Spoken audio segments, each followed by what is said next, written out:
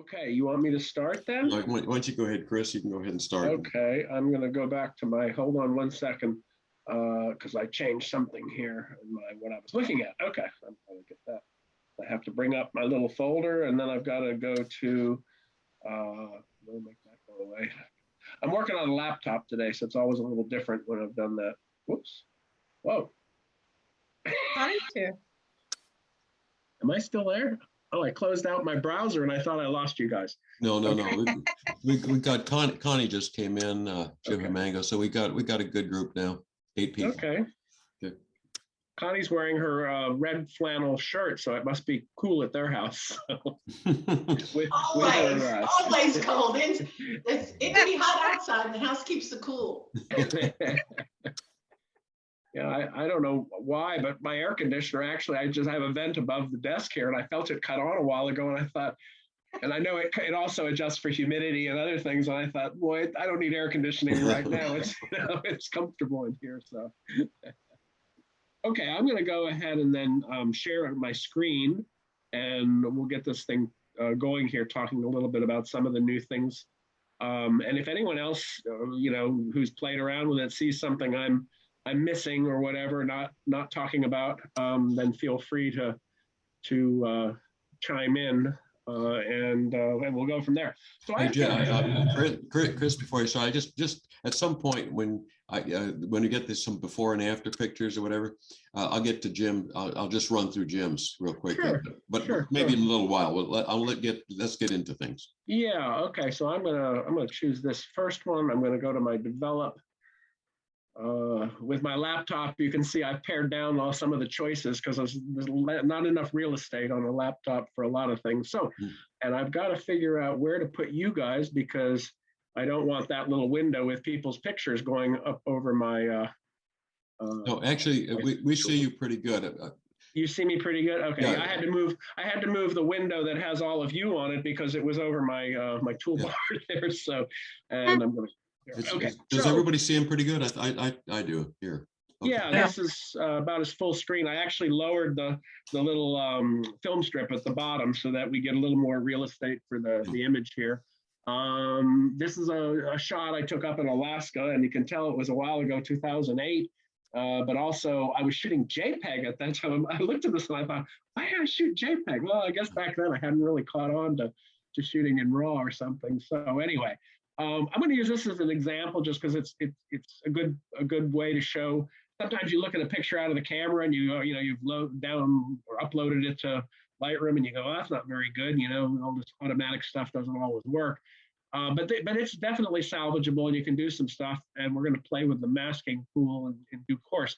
First, I'm going to crop it a little bit. I like the shot, but I feel like there's a little more. These rocks in the lower corner aren't as interesting. I want to kind of pull it up that way. And I think I'm going to bring it down just a little so we get a little more of the action of the water there. Let's see what that looks like. Okay, that's pretty good. So now what I often do, this is my usual workflow. Yeah. And I've watched even Scott Kelby, he doing his landscape workshop, he was like, hey, it doesn't hurt to hit this auto button and see. And quite often he goes, oh yeah, that kind of helped perk it up a little bit. And you can always play with the other sliders. I'm not going to do a lot in here right now, but the auto just kind of clicks some things into place. So this is the new button. If you remember, we used to have a couple of different choices there for different types of linear or whatever the brushes that we had. Now you just have this one thing, and when you click on it, the wheel, you get this. Now, I will tell you that you can move this. I have it docked right here for right now because otherwise it would be on my picture, but you can take out this actually and move it out if you want to have your main toolbars and then this to the left side of it or whatever. So I have it there. But okay, so one of the things you have two main choices right away. Select subject or select sky. And that's good if you want to do some changes to a major part of the image. You can always just come in and do anything in here, do a brush and change some things, click on that. You could have your usual brushes to change all the adjustments. But I want to choose, I want to work mostly first on this foreground, the subject here. but that's not a real defined subject. I mean, it's trees, there's a mountain in the background, and there's water. So I can guarantee if I hit select subject, it most likely is going to say I can't find a subject because nothing stands out. So instead, I'm going to say select sky because that's going to probably be pretty definitive right there. And it's taking a second, clicking away. Almost. Okay, now you might notice you can't really tell any difference because I've got an overlay here, but for some reason earlier I was using it in the white mode.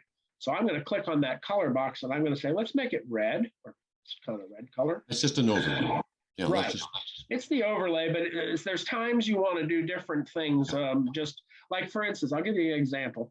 I can't really tell if these trees, because the red's up there, is, you know, is that tree included in what it thinks is sky or not? So over here, one thing I can do is I can go white on black and I can see, no, it's definitely just got the sky. Right. So that's under this little line here with overlay. You can come in and do these. I'm going to go back to color overlay. And there's several other choices. I encourage everybody to just get some images and play around. Now, that white on black is really cool. That's new. Yeah. Well, and that's a lot like what we see so often in the masks. Hey, Jeff. Masks. Yeah. Chuck, what did you just say was about the select? Select? Yeah. I went up here and I just selected this white on black just because it gives me, it's more like what you see in the layer masks in in Lightroom, I mean in Photoshop, and it's like this little mask here.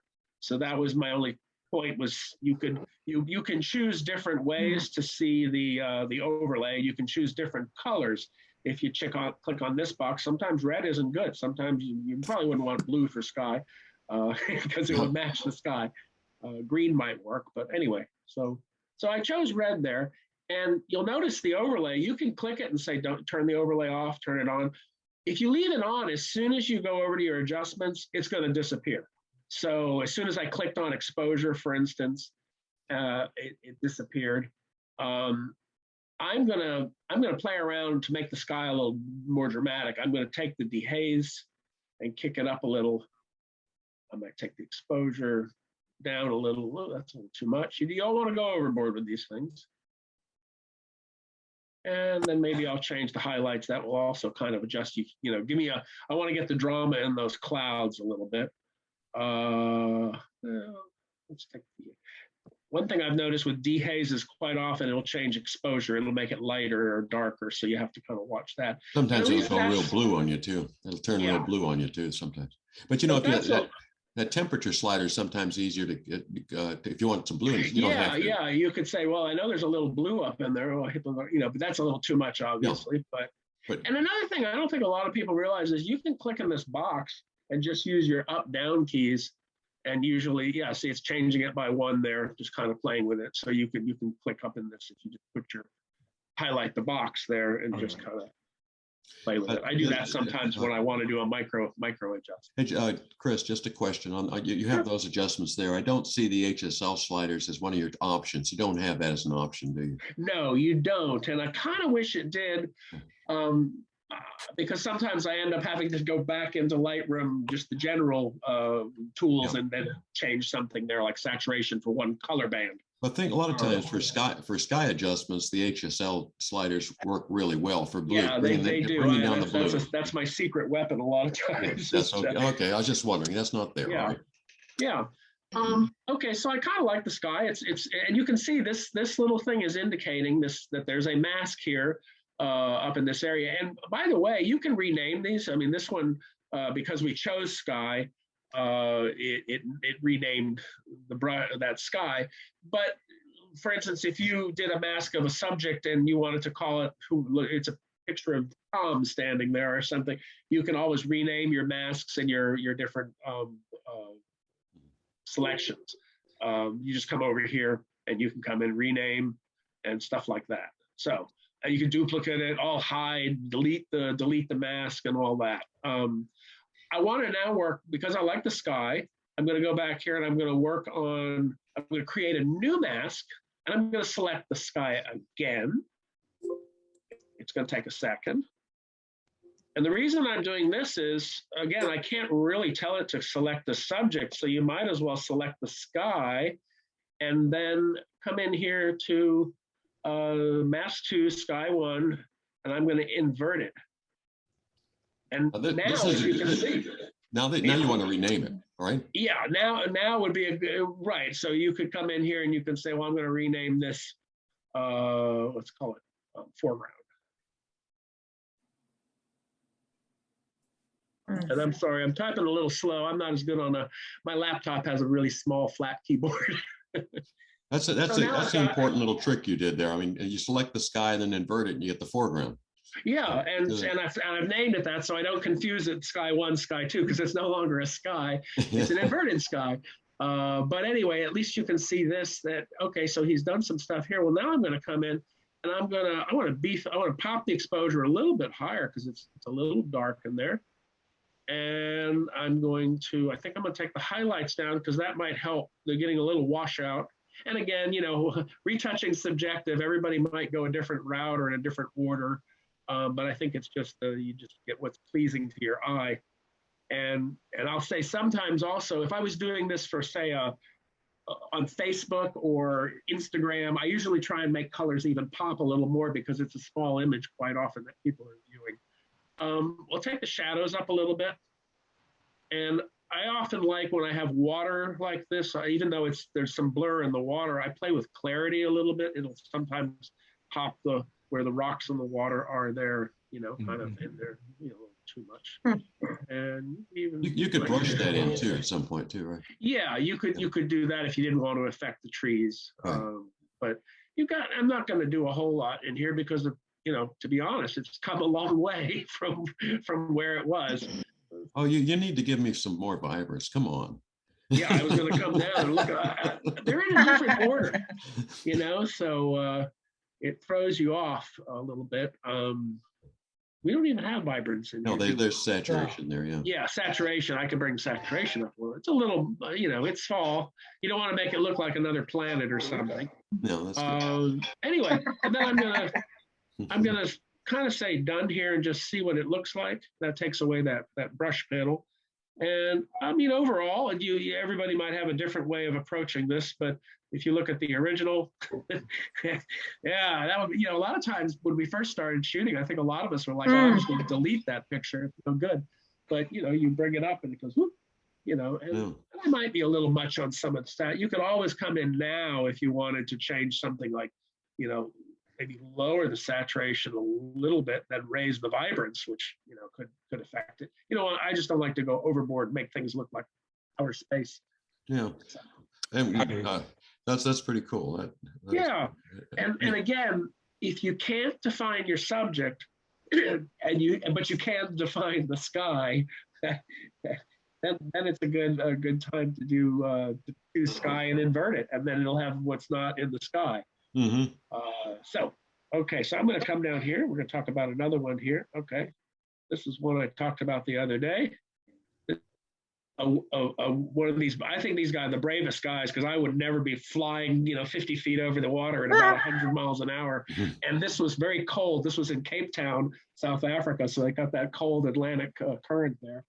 And it's just a good example. This is really hazy. He's not exposed too badly. He's in the sunlight.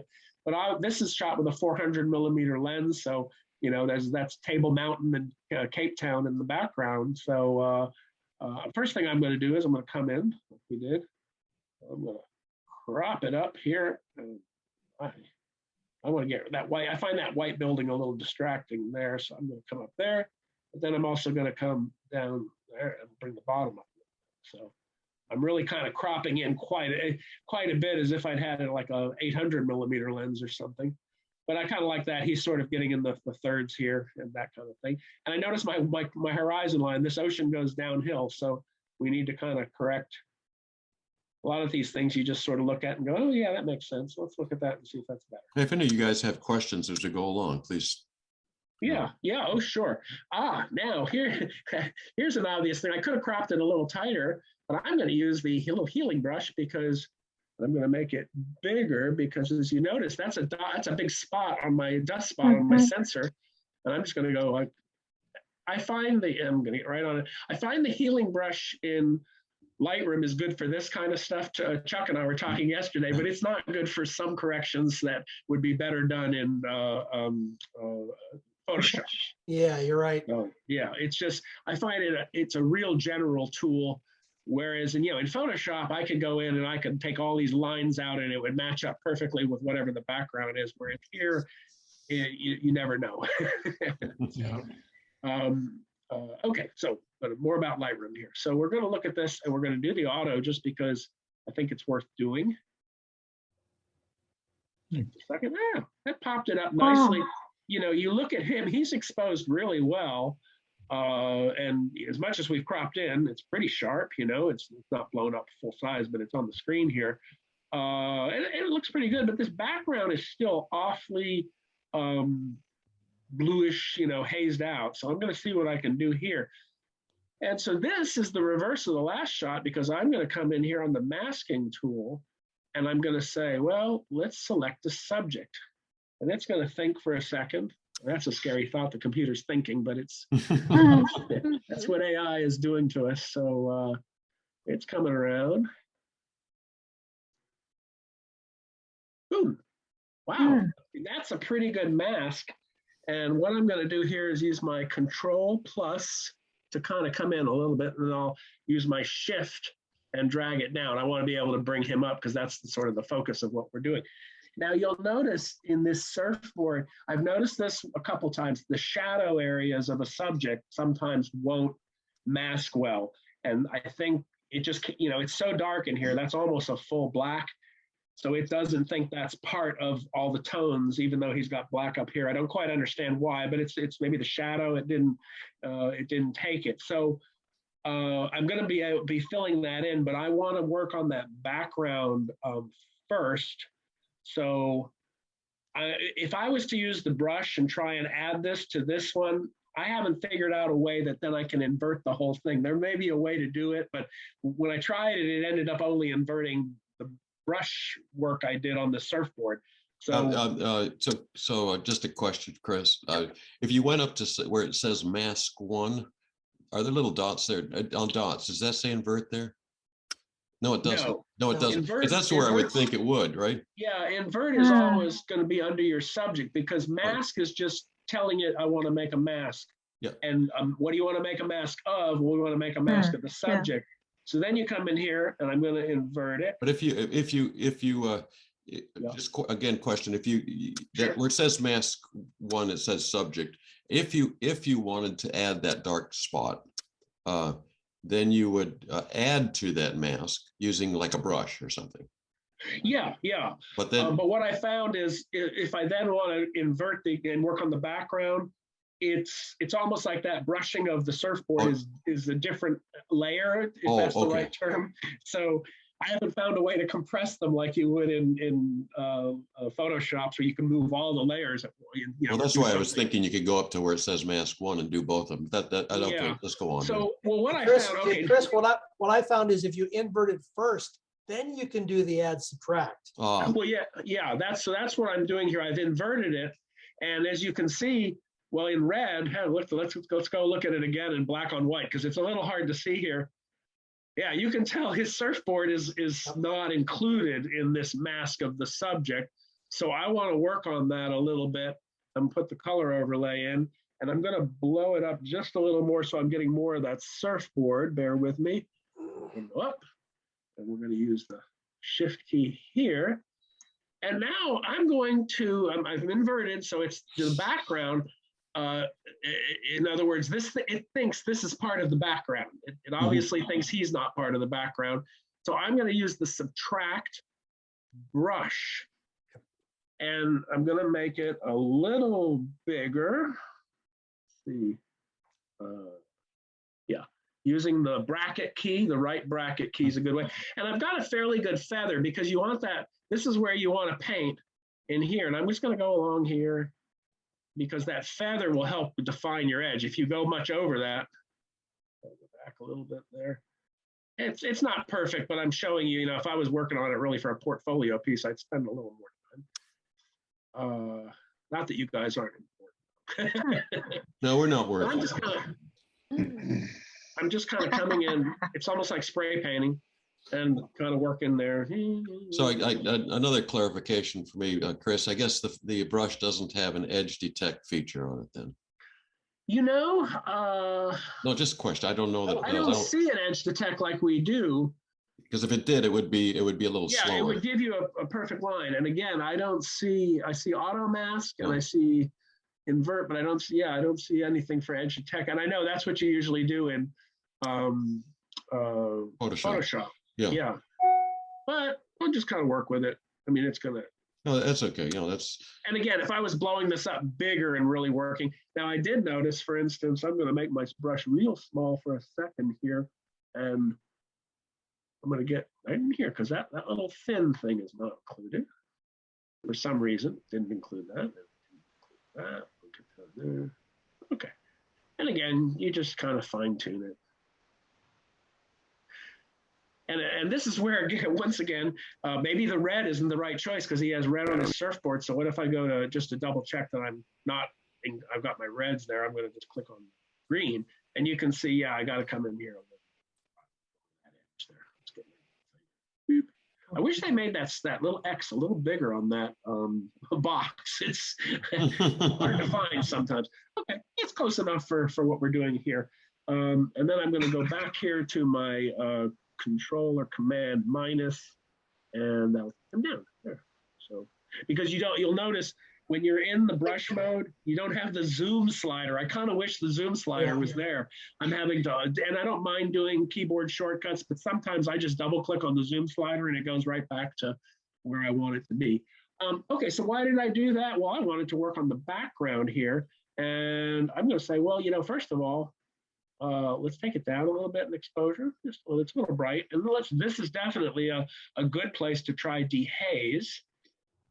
And whoa, that's a little much. I'm moving faster. I'm not used to this mouse on this laptop's a little different. I like that. It's coming, and I like clarity. I always kick clarity out because water gets sharp with clarity, especially those water drops and stuff. And I might take the highlights down.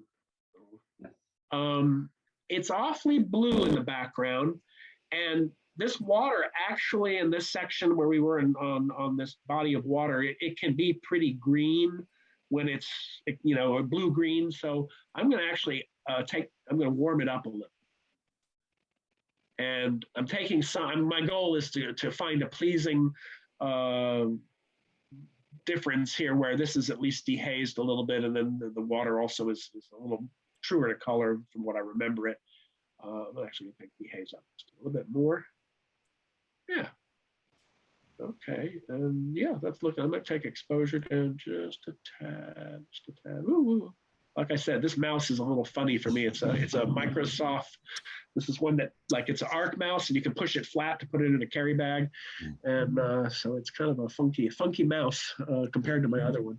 Okay, so I'm kind of liking that. I like the fact that. Well, obviously, I've got a bad halo here. If I had taken the time and really cut it, I do wish it had the edge detect feature. I'm not sure if there's a way that I haven't watched all of Matt Klotowski's videos, but I'm not sure if there's a way to refine that a little bit. But compared to where it was, there doesn't seem to be a way to use the mask feature. I mean, to get a real sharp edge, that seems to be one downfall of this.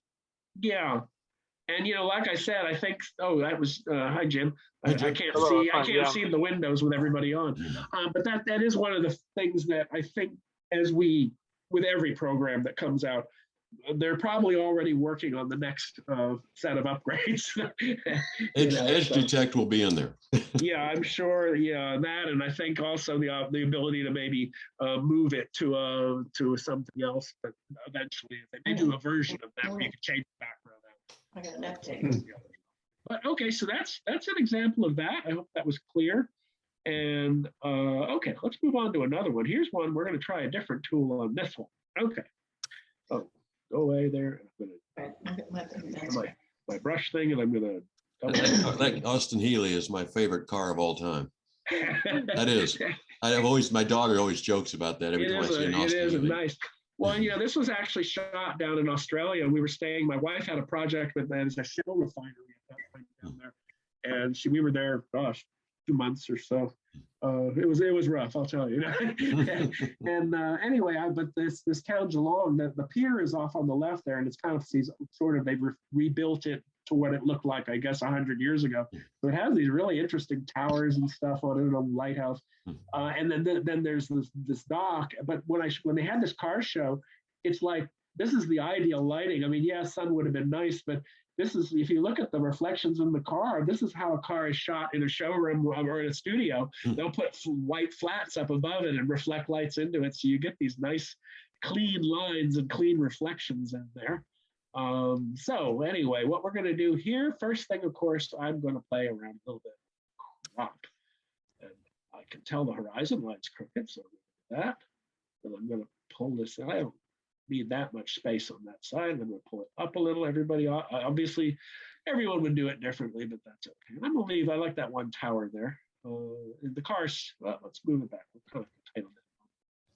Yeah, we'll leave it like that. That looks good. And I think that, let me double check that I got that. Yeah, that's good. Okay, so we'll say done. Boop, there we go. Okay, so here, I'm gonna do my little thing, my little magic trick. I'm gonna hit the auto button. And it did a little bit there. It's not bad. I'm gonna warm it up just a little. It says the color temperature is 5450, and sunlight, I mean, cloudy, overcast skies typically are 5,500 to 6,000 Kelvin. I'm just going to take it up just to add a little, maybe 5550. It didn't do much, but it takes a little bit of the, kind of warms it up, takes a little bit of the coolness out of it. Okay, that looks pretty good. And I'm gonna see if I change. Sometimes if you hold down the shift key and you double click on the white, it will make some very slight. I learned this from Scott Kelby in one of his workshops. But sometimes it'll actually pull it in a little closer than what the eye can do here. Okay, so this is a good example. Hold on one second. You go away. I'm on the computer call. Go get a toy and go play in the other room. That's my dog. She came in here to play. She hears me talking. Okay, it's like having a child. Okay, so what we're going to do here is, this is another good case of picking the subject, because if you tried to pick the sky, it would not know where the sky meets the water. So I'm going to come over here to masking, select subject. And when I practiced with this earlier today, and it's like, boy, it really does a nice mask. It's let's see. I didn't look at that one, so now see it's working. Oh, and if you look at that, that's pretty good, because it's not including really any of the shadow that's pertinent under the car, and that's usually where you're going to have that gray area where it can't detect what's subject and what's not. So anyway, so it's done a good job of it. And what I like here is I did have the green overlay, which is a good choice, because if I had a red overlay on a red car or partially red car, it might not be as good. I'm going to rename this one just for practice here, and I'm going to call it, rename B, and I'm going to call it car.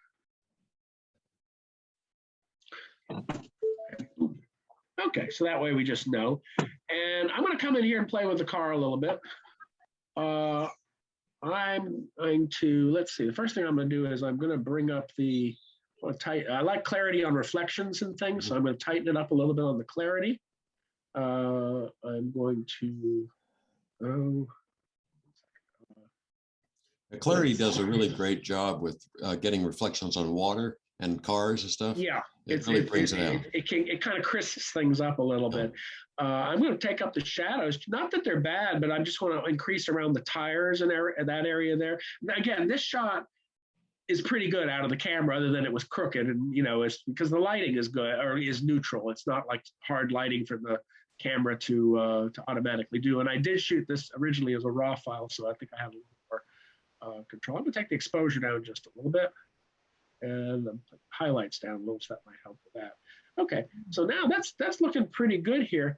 What I want to do is I want to now, I think I'm doing the right thing here. I want to hit subtract, and I want to go into a color range mask, because I want to play with the red, And I'm gonna use the eye. So what I did was I went over here to subject, and I hit subtract, and I came down here to color range.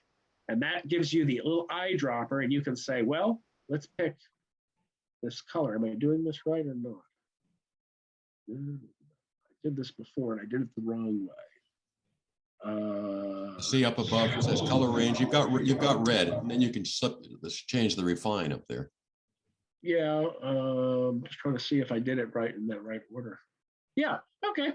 So here I can play with it. It picked that. It's usually when I do the color dropper, I think the general rule is if you have different tones, you might pick different parts of the car so that you know this is the mask. So in other words, it's made like a sub mask here that's just for the color red. For instance, if I wanted to make it more, I'm going the wrong way. Something, what did I do? No, it's still on car, I think. Why is it that? Now try it. Now you clicked on color range, try it. Yeah, let's see if I did that right. No, it's doing the whole thing. It's doing the whole All right, thing. folks. He's got technical difficulties here. Hold on one second. I'm going to go back up here to this, start over there. And let's do it here. No, I don't do it there. Do it here. And I go, don't do it there. Okay, I know I did this before. Give me 1 second. No, it's not there. I think I had to do, maybe it was add. Let's do add. Add with a color range. I'm sorry. I thought I was going to have all this figured out. I should have made some notes. I've only done this once with just playing with that. No, I'm changing the whole mask. What am I doing wrong here?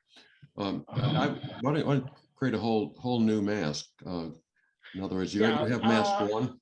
Go, Okay, yeah, right. yeah, that might be it. Create Let's new go back mask to- and then do color range. Yeah, thank you, Chuck. I think that's what I should have done.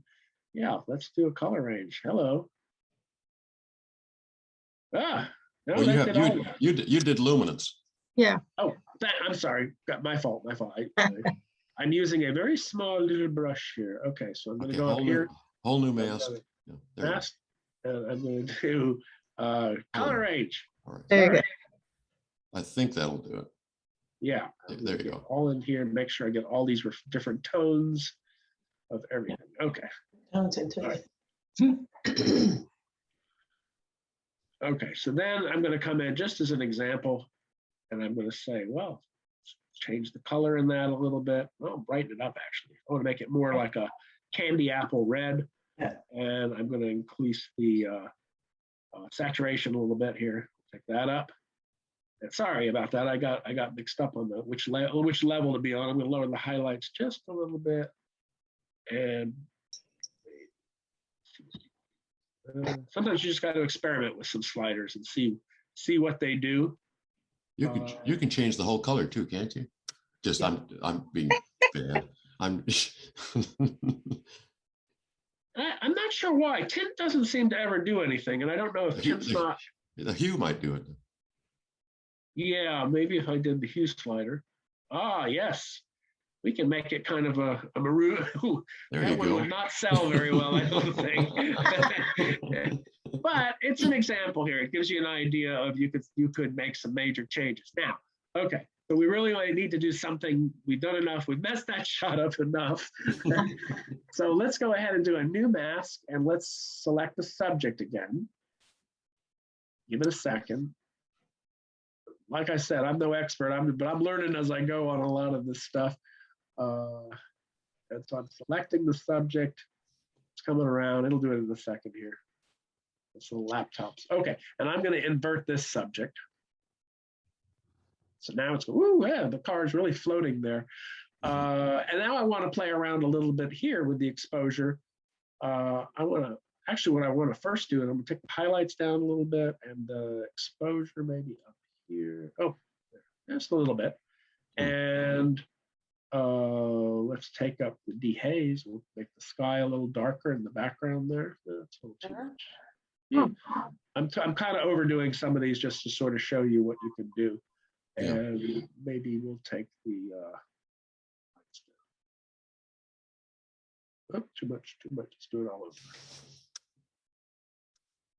over. I really want We're that. gonna it's kind of on a stormy day, but now we have, at least we do have a little more definition in the water and the sky. It was obviously an overcast, day. Yeah. So anyway, so it just sort of shows you that, okay, so we did a few adjustments there, and that looks pretty good, I think, overall. Mhm.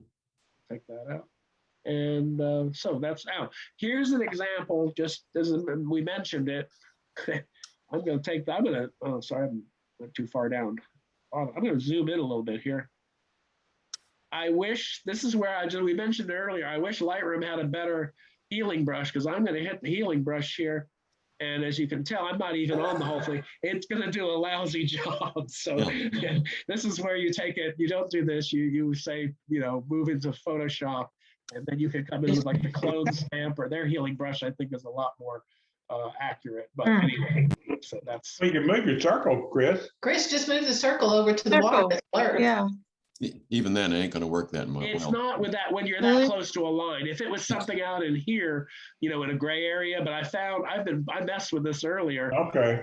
And I found that even if I made if I only tried to do it, sometimes I found in the past, if you make your healing brush smaller, and you try and just come in and maybe do a section of it at a time, it still tends, and even if you move it out here, you get that kind of blur, bland, and I don't even have any feathering on there, so I'm not sure why. I wish they would make us change it to clone, Chris. Change it from heal to clone. Yeah, clone looks better, I think. Okay, so do I do that up here? Yep. What do I do? No, right here. there. Yep. yeah, right there. Right there. Yeah, there you go. Sorry. You're right there. Got it on clone now. Well, Gotta delete that. yeah, let's go back and do it. You guys are helping me out. We're all learning here as we go. That's good. Okay. Because clones used to what I use. But still, in Photoshop, you could do this in 2 seconds. Yeah. Yeah, and I don't know if it's ever as good in Lightroom. I played Now we with see it. the circles. That's the problem. By the time I usually find I could have moved it into Photoshop and done it before I spent half an hour. Yeah. But anyway, so that I just wanted to mention that, because that is one thing I think they're eventually going to have to come up with a way to do that. But just although there is a need for Photoshop, so maybe that keeps people buying it. But anyway, so we can see sort of the difference. It's not, like I said, there's a million ways to retouch a photo, but it does have more of a look of being like on a, I don't know, like a showroom floor. Photoshop elements. Really? Where you need to remove stuff. Also, Luminar, I'll take that out. Yeah, and that's a program, again, I haven't worked with as much in a long time, but I know that kind of crosses over in some areas. Okay, I'm going to show you another example. We'll just kind of click through. This one is going to be for a portrait. And this is my late mother-in-law, who I was quite close to, and we had gone to a wedding in California, and she was all dressed up. She used to live in Arizona, so that's why she has fault lines on her face almost there with the cracks and and that. So we're going to come in. It was a nice portrait of her. It was for a wedding of her granddaughter. So I said, she used to always ask me when I take her picture, she'd say, can you take these wrinkles out with one of them? I actually took this I have the program Portrait Pro Professional, or Studio, which is great for retouching faces. And it didn't know what to do with it. I mean, it attempted to, but obviously it's not going to give her, but those are her lifelines. Right. So, okay, so we'll just play with this a little bit. I'm going to say, well, that didn't work. I used auto, and I want to kind of lighten this up. And I want to bring up some of now, because of the lighting, that's a little too much. I'm going to bring up the shadows a little, because she does have some, owl eyes there or whatever, where raccoon eyes, I guess you call them. And there's not much I can do about that, but I want to make a nicer portrait out of it. I want to soften it too. A lot of times in Photoshop, you can do that thing where you make a layer and you make a Gaussian blur and you paint it all in and stuff. And this one, I'm going to try and do it all in Lightroom. I played with it the other day, and I noticed this area. Do you see this area that's pink? I made a mask of her as the subject, and I kept saying, what's this pink thing? Is it? And I realized there's a flower behind her or something that was up there. So before I do anything, I'm going to go down here and I'm going to see. Oh, no, I didn't. I tried taking the red out, and that affected her face. Yeah. So Yeah. what I'll do is I'll do a brush, and I'm going to take saturation down because it's gray hair, and I'm going to make that a little bigger. This seemed to work the other day. I just came in and I kind of just brushed over this area a couple times and just decreased that saturation, and that, yeah, it's pretty much gone. So that at least took that little orange thing out, because when you did when I tried to change her and then the background, it made it more dominant. So anyway, okay, that was just an idea. Okay, so now we're going to come in here and go here. We're going to say create a new mask. Oh, and by the way, if you've done any corrections on an image before using the old tools, they'll show up when you go to make the new mask. You'll see your old whatever you used, a gradient mask, or from the past. They will show up there. We're going to say select subject. It does a pretty good job. I wanted to use this shot because she's got pretty fine hair. Luckily, the hair is, other than that thing we took the pink out up here, the hair is against neutral tones for the most part. So you're not getting, it's not bad if it doesn't mask the hair perfectly. But if you look at this, it's doing a pretty good job here. It's even got these little hairs down here.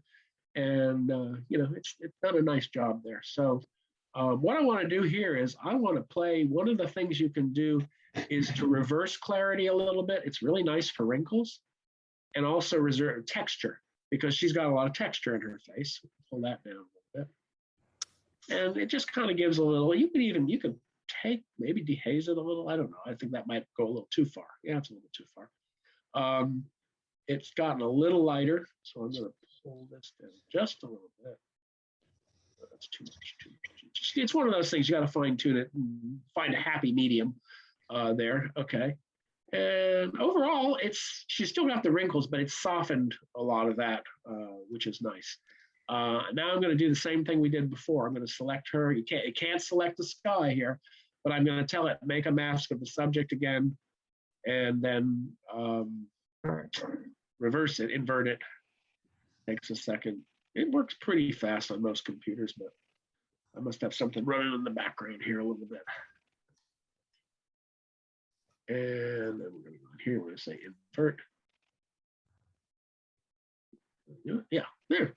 Yeah, if you look up here, these hairs where we did the brush probably lost out a little, but I don't think they're going to really, I didn't really need to affect those as much in the change. So now we'll just take this and we'll just go, check it down a little bit. That puts a little, maybe too much.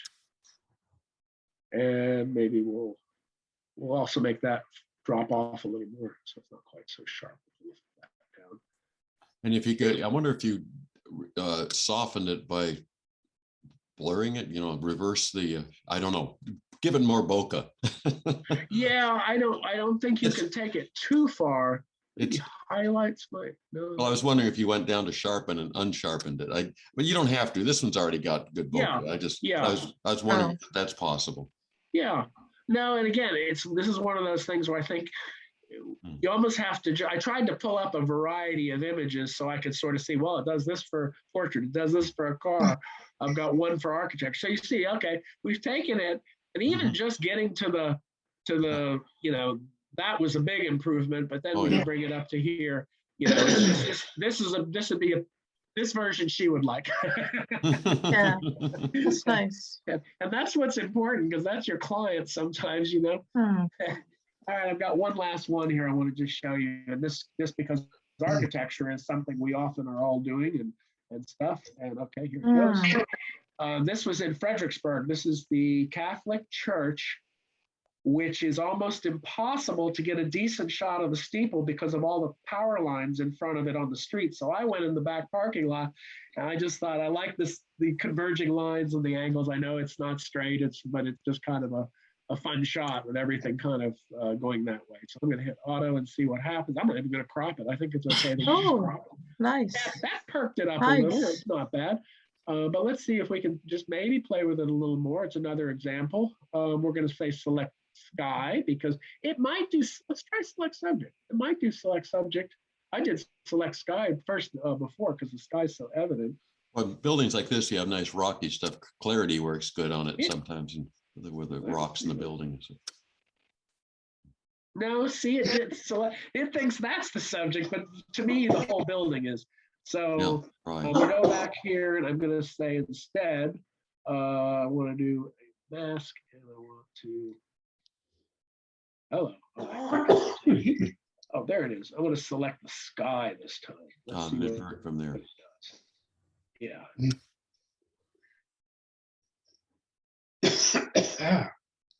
Oh, that did not, okay, see there it could do it. It says, okay, I know a sky is going to be probably blue and probably have clouds. And so it did a pretty good job of that. Okay. So here I'm going to just come in and kind of play around with it. I think I'm going to, let's just take the exposure down a little bit. Nice. We're going to make it a little more, we're going to deepen that blue a little bit. There, that's nice. Okay, and maybe let's see what dehaze might just come up. That's pretty nice. Okay, so let's do one more now. Let's just play with the building a little bit, and we're going to select the sky again. Make a second mask, and it'll come up here in a second.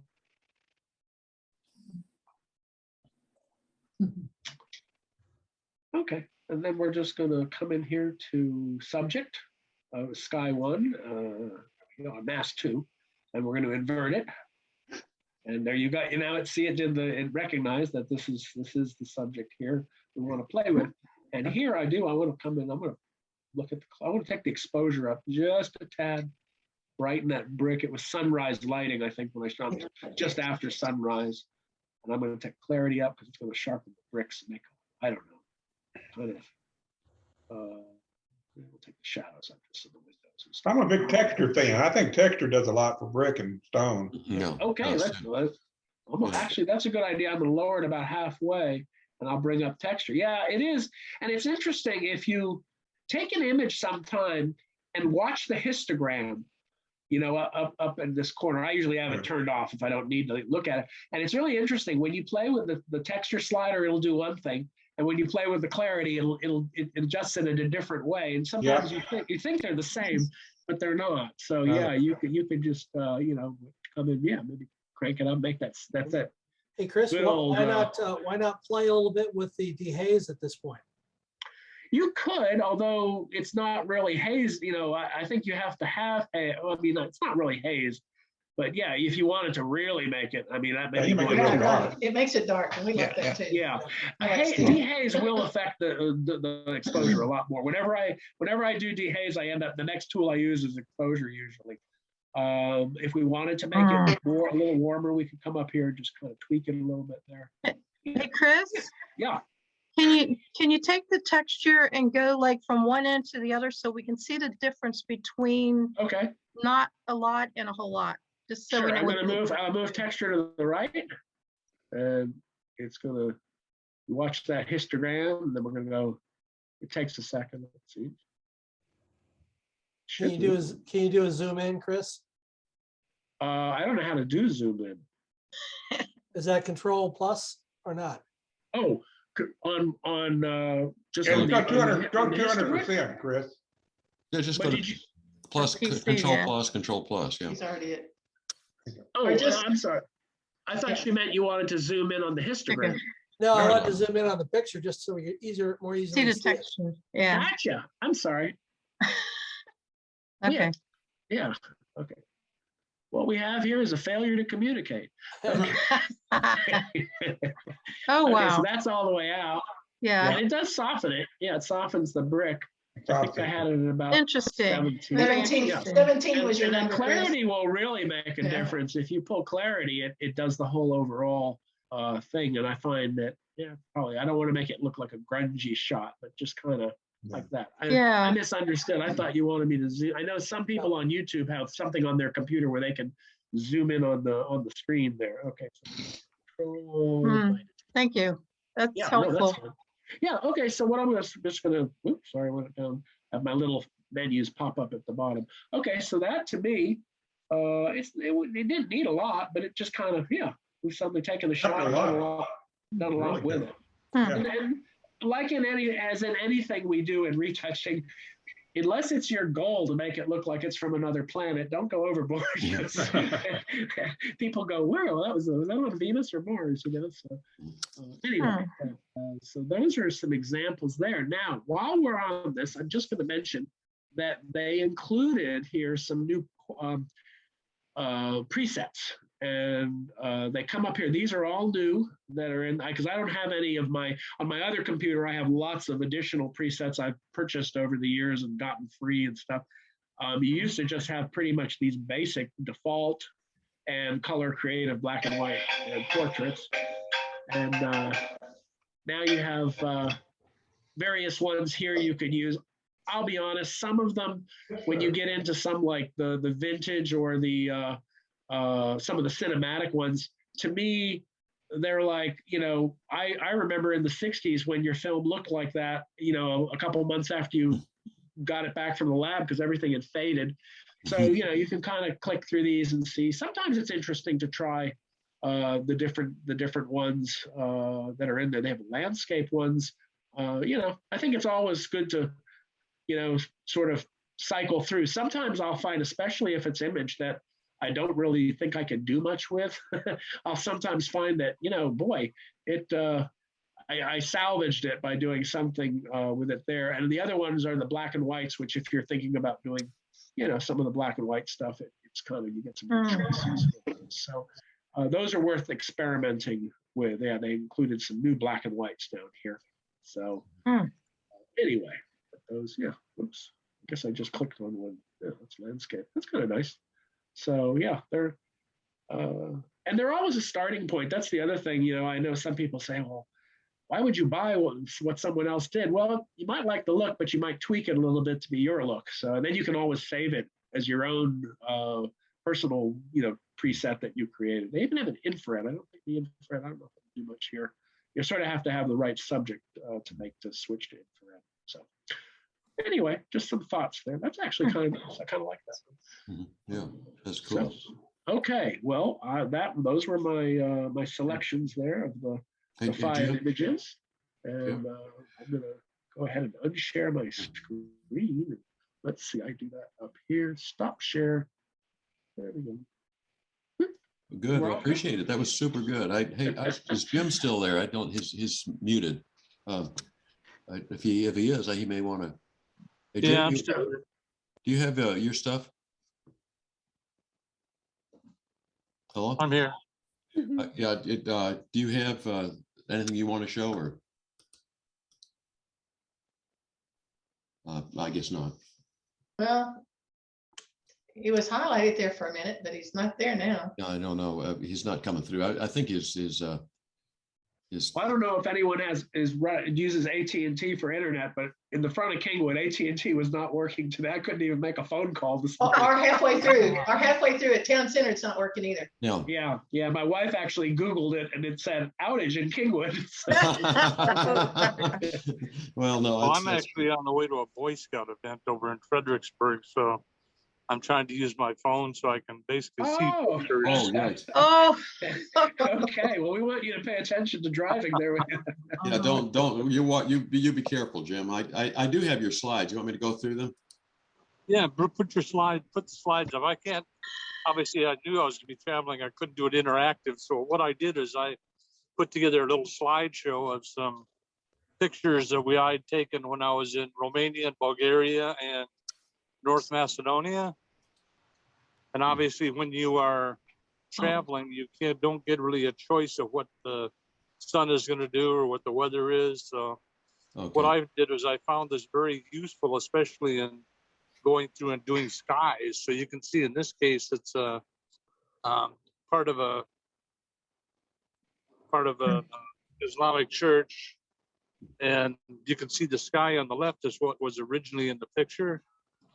But by using the masking feature, I was able to pull up some detail in the sky itself. And then I used a preset like Chris was talking about. And I think one of the presets I used a lot is called Blue Super or something. So I just hit the preset, and then you can adjust it a little bit if you wanted to. I thought it looked pretty good like that. So here's a before and after. The left is the actual picture. and the right is the one after I masked it. Yeah. Yeah, definitely improves. Yeah. Yeah. Very definitely. I'll go, here's one of the stadium. This is a before. Here's another example. This is from North Macedonia, and that is the soccer stadium that you're seeing. This is the before picture, and then the after picture is next. Mhm. And that's what I was able to actually Oh, pull out wow. of the sky. Wow. All that detail was there. I just had to go into it, pull the blue and the white out so you could see it better. And then I did some adjustment in the foreground too to make some stuff stand out Wow. using the graduated filter inside the masking. Yes, Yeah. it does make quite a bit of difference. Hmm. Okay. So that isn't a replaced sky. That's the actual sky that was there. Right. Right. It was just hazed out. But I'll have to take my laptop with some of our Let's see if I can get that. This next one is also from North Macedonia, and this is the picture as it was taken. And I just masked the sky out. And I think this one I used just called the dynamic sky. Hmm. It looked a little bit somber. It looked like it matched up to the the starkness of the wall. Mhm. Yeah. Hmm. This is from inside the soccer stadium. The sun was setting. It's setting over on the right hand side. Mhm. Oh, wow. Hmm. That's after I masked both the sky and then came back and did the inverse to get the saturation up on the green field and on the stands itself.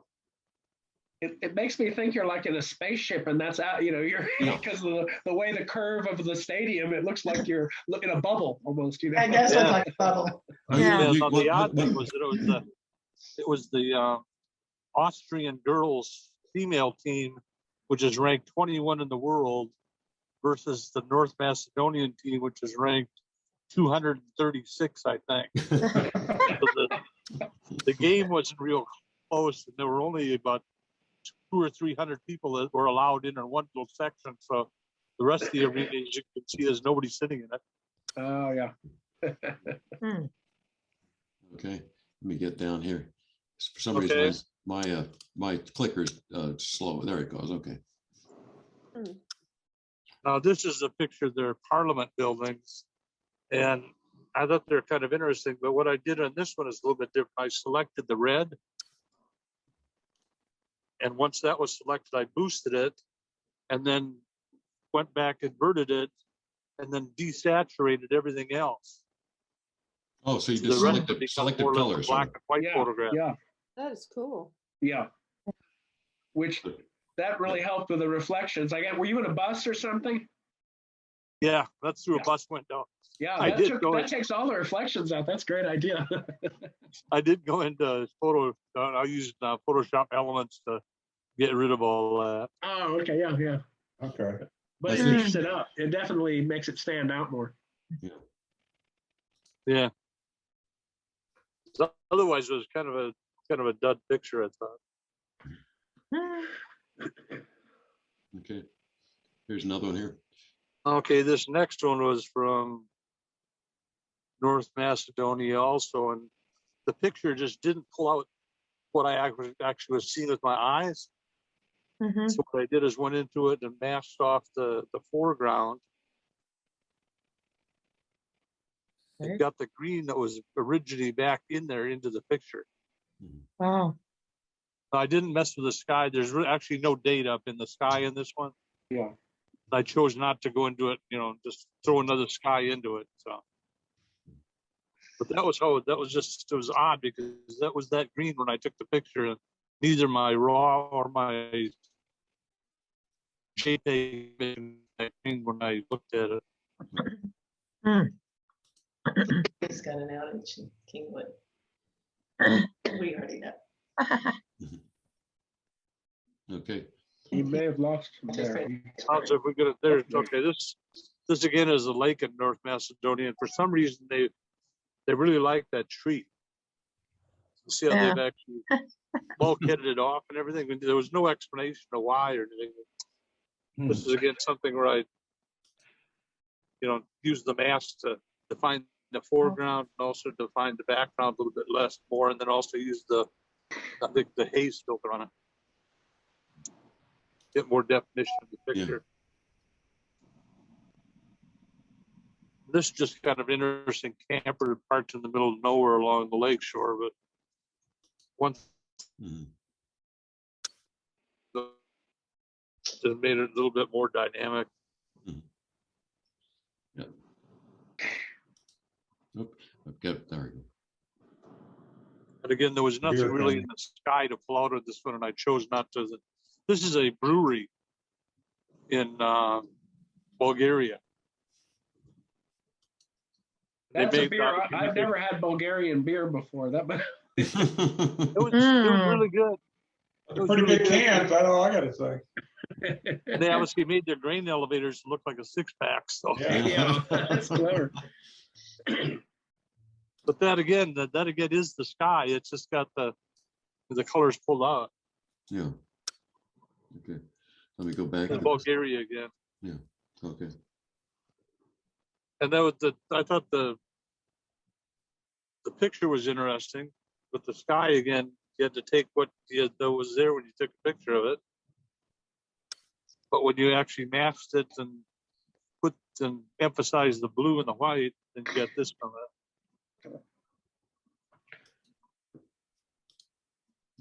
Well, my PC is going a little. I'm clicking and I am clicking on the next picture right now. It's just not listening. Yeah, I think we got a lag, I guess. There it goes. Okay. Okay.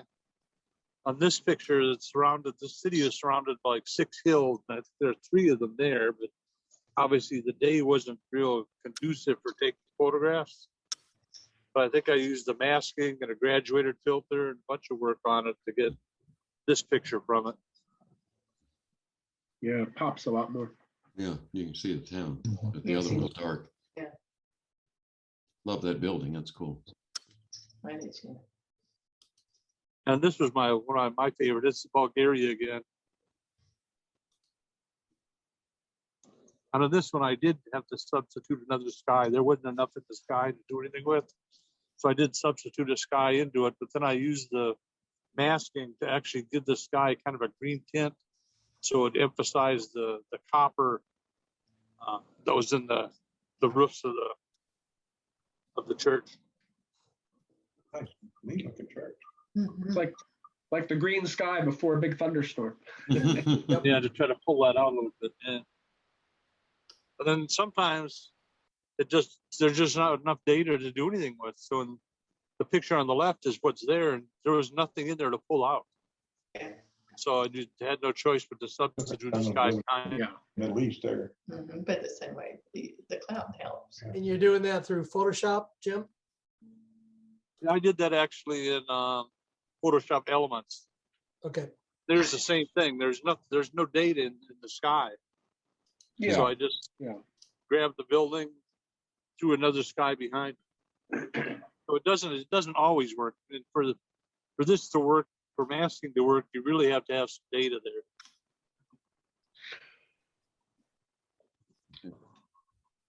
Yeah, same here. Okay. So that was really my experiments and what I've been doing with it. Mhm. You got the lines out of that. Yeah. Oh, you got the lines out of this one. Now that must have been Photoshop, I'm guessing. Or elements. I don't know if Jim's still with us here. I'll give you one more. Yeah, I'm here, but I'm having a difficult time picking you up. Yeah. No, Jim, be careful if you're on the road or something. Well, I'm not driving. Oh, okay. Yeah, there's no way I'd be doing this if I was driving. Especially on I-10, your semi's passing you and you're. And then. Okay, that's all I had. I just wanted to. Okay. Well, thanks, Jim. Make a little Good. contribution anyway. Yeah. No, thank you very much. That's good. That's good. Well, great, guys. This is a fun workshop. Appreciate somebody, Chris, stepping up and doing that. That was a lot of fun. Thank you. Well, and I would encourage, if you have a favorite person you follow on YouTube or something, I've seen several good videos, and again, they're free. So, Yeah. you usually just have to listen to a small sales pitch for whatever their Yeah. sponsor is. But Hey, something hey. I didn't see you try was in some of the videos I'd seen, they talked about intersections of masks and also for example, selecting a subject and then subtracting that from a gradient mask, selecting different things. No. Yeah, and I'm still experimenting with those because you see it in a video, a YouTube, let's say, or one of Matt's videos, and you go, oh, okay, that makes sense for that image he had. And you try and find an image that sort of will work with it. So it's one of those things you just sort of have to experiment with. But I found the biggest feature is just quite often you have to make the decision of, is there a definitive subject, and or is the sky better to choose, because sometimes it can, like that car, it can pick it perfectly. But then we saw in the building, it only took about 2/3 of the building. So but I was thinking in that car picture, for example, where you had a wooden dock underneath it. Let's say you wanted to really crank up the clarity and texture in that dock to break out the grain. But of course, you didn't want to do that in the car. Yeah. So you could do a gradient mask on the dock, and then subtract the subject from it. Yeah. So that you would just do the dock, not the car. Yeah. And it's like anything that's, new, even though we all feel pretty confident with Lightroom, a new feature, you sort of have to play with it. I'm still getting used to the little hue slider that they put in there and deciding when I want to use that and stuff and choices. So that's pretty cool. Good that they're increasing the choices, but you still have to experiment with it. Yeah. Yeah. Well, thanks a lot. Any ideas for another workshop? Next one. I have another question. Now, once you get through the picture, can you go back over in the Lightroom and just address the hues and stuff again? Do you want to do that? Yes, you could do that. You can do anything then afterwards. Now it will do an overall adjustment. Right. Yeah. No, I did that on a couple of images. Mm-hmm. And the other thing we might want to talk about if we have the next meetup, whenever that is Photoshop has some pretty cool new features. Oh, they do. I played around, by the way, Chuck, this morning. I took a couple of old portraits of my great grandparents and stuff, and the black and whites, and I played with the colorization, and it did pretty well, especially on the faces. It did some funny things sometimes on if the clothing may have gone one tone, and then another part of the clothing went a different tone. So there's actually ways to correct on that. Yeah, I may want to know more about that, because it worked pretty well, but I was impressed with it. It's not perfect. I found, for example, on faces, it'll colorize real good, but for some reason the ears always stay black and white. I don't know why. So you have to go back in and hand paint that stuff, but that's how it works. Yeah. And I had one where the background, which was sort of a modeled canvas, I'm sure, in the studio, it went kind of real blue. So what I did was, after I took it back into Lightroom General, I went into the hue saturation slider, and I just took down blue, because there was no other blue in the image, and it made it go perfectly gray, which was what I wanted. So for the background. Well, we could play around with that on a workshop. We could let's see. I don't know. Bring up subjects. We don't have to decide right now. And if we have no, how about let's see, this is November. How about meeting in December, or do we skip? What do we think? I'm okay. I mean, I'm retired. I've got all the time in the world. So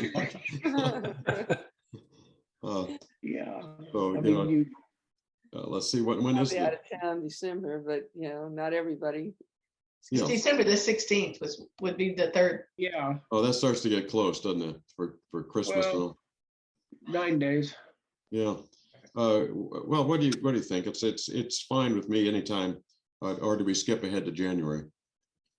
Well, if we want to do it December, I'm okay with it. I will have done all my shopping with Amazon by then. So. You won't have gotten everything though. Well, we'll play around with the idea anyways. Yeah. Just leave it open. Maybe you'll do it. Maybe not. We should be here. Yeah. Well, right. I'm going to be here. I don't think I'll have gone up to Dallas yet. No, we're going to go up to Dallas for Christmas, but we'll be here. All right. Well, good to see you guys. Hey, one quick thing, Chuck. Good session. Yeah. What's that? One quick thing. I was just noticing that. So today they introduced a new fix on Lightroom Classic, because they're having some stability issues, which I sure found out about, because I've had my computer completely lock up. Oh, wow. 3 times in the last 2 days. Happened to me too. Yeah. So it's just stopped. I've had to turn it off and turn it on. It's Yeah, yeah. So it's that they do have a just came out. That's what was taking me so long to join today. That's why I was late, because I was trying to turn the whole thing back off and get it back on. And then once I started up, they asked me if I want to do the upgrade with it with the fix. I can see it. Yeah, I just looked at my Creative Cloud. It does have a little notice up there Yeah, for me. I Yeah. upgraded mine this morning. Yeah. That's what in the software business they call a hot fix. A hot fix. There's a lot of people are But I'm hot. like you, Chris. ASAP. But I'm like you, Chris. I think we'll see a lot of those little things coming out as some of these, the more professionals or their Adobe people play with them. And Yeah.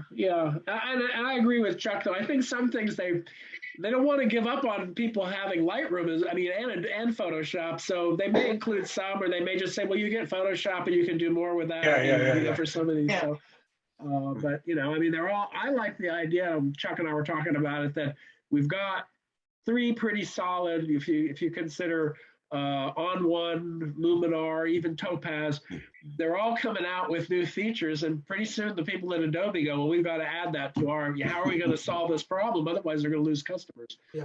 well, the nice thing is they allow it to be a plug-in to their programs. Yeah, that does help. So Yeah. I keep waiting for that door shut. Oh, well, yeah, that's right. Okay, no more plugin. Yeah, Yeah, right. yeah. that's right. Okay, well, good guys. See you. Okay. See you around. Have a Good good. stuff. Yeah, have a good See you Thanksgiving. next Wednesday anyway. I'll be up in Dallas, but I'll join you Wednesday. I'll be there for Wednesday lunch. All right, then we can talk about what we're gonna eat the next day, right? Yeah, well, absolutely, Who's absolutely. going Yes. who's going to the zoo tomorrow night? Okay. I am. All right, see y'all. Right. Bye-bye. Good. We'll see you tomorrow night then. Well, you All take right, care. Good. have Bye-bye. fun. All Bye-bye. right.